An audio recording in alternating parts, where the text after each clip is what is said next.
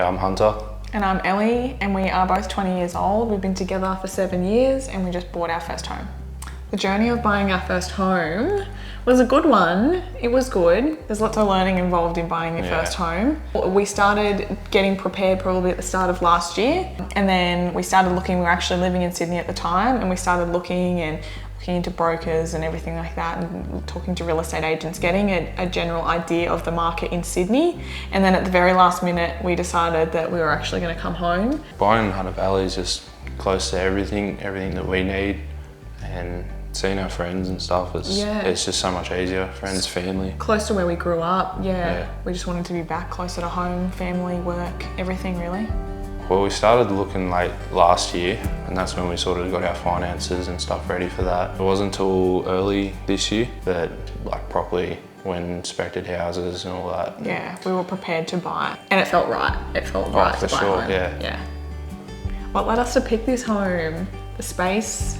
Just everything, the lawn, there's just, I couldn't believe it coming from Sydney to own a lawn that big, we just did in little a things like apartment. that, having a garage to lock up. And also the community. I think when we first came into this street, we straight away knew that it looked like a really great community and street, and everyone looked really lovely. So yeah, that was a big part of why we bought this home. The most exciting part was moving in, the day that we exchanged, actually getting the call. So there was lots of exciting parts about it. I think every single stage where we got over a hurdle, we got to the next part, that was exciting. Settlement date was really great though. When we moved in. It's great. Yeah, that was fun. The most stressful part of buying our first home was definitely the period between exchange and unconditional. So between signing the contracts and officially being able to tell people we bought a property, there was lots of hurdles for us. We had a few first home buyer grants, or we were approved for 2 first home buyer grants, and one of them fell over during the cooling off period.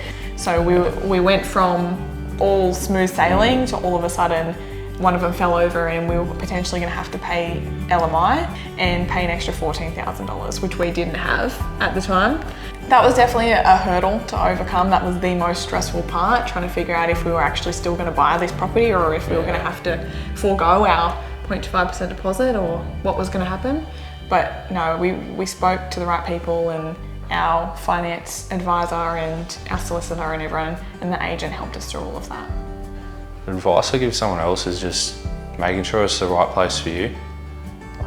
You want to come, you want to just feel at home, and it also has to suit your lifestyle and what you have time to do with the place. Yeah. Get prepared, make sure that you have a solicitor chosen, lean into their experience, because we had no idea of what we were doing really. So leaning into someone else who's done it multiple times before, that was really helpful. So make sure you're prepared before you make an offer.